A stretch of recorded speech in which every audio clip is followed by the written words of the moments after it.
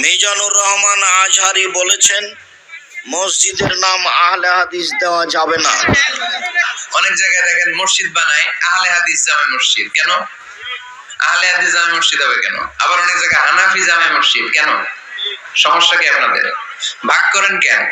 আল্লাহ রাসূল আসছে মিলাইতে, আমরা খালি কোপায়া কোপায়া ভাগ করে দেই না। ভাগ করবেন না, সবাইরে সব মসজিদে ঢুকতে দিবেন। আহলে হাদিসের ভাইরা হানাফি ভাইদের সাথে মসজিদে সালাত পড়বে। হানাফি মাযহাব যারা মানে তারা আহলে হাদিসের ভাইদের সাথে সালাত আদায় করবে। ঠেলাঠেলি আছে? কাবা ঘরের সামনে কেউ এইভাবে বুকে বাঁধে আল্লাহু আকবার, এইভাবে দেখছেন না? কেউ এইভাবে, আবার হানাফিরা এইভাবে। মালিকীদের কিছু লোক আছে এরা বাঁধেই না, ছেড়ে রাখছে। কি করবি কর, বাঁধবো না এইভাবে। এখন কিছু করারও নাই, এরা ছেড়ে দিয়ে নামাজ পড়ে। তো আল্লাহর ঘর এখানে, প্রতিটা নবীর পদ ধুলি লেগেছে যেই মক্কায়, প্রিয় হাবিবের শ্বাস প্রশ্বাস এখনো মিশে আছে এই কাবা ঘরে।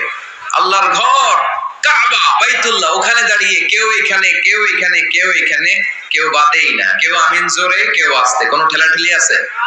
তো বাংলাদেশে ঠেলাঠেলি আনলো কি? কেন ঠেলাঠেলিটা করেন? কথা কি বুঝেন? ঠেলাঠেলির দিন শেষ, ঐক্য গড়ার বাংলাদেশ। চিল্লায় নাম দিলে শিরক বেদাত হবে না, একটা গোষ্ঠীর মধ্যে চলে যায়, তাই না দেওয়াই ভালো।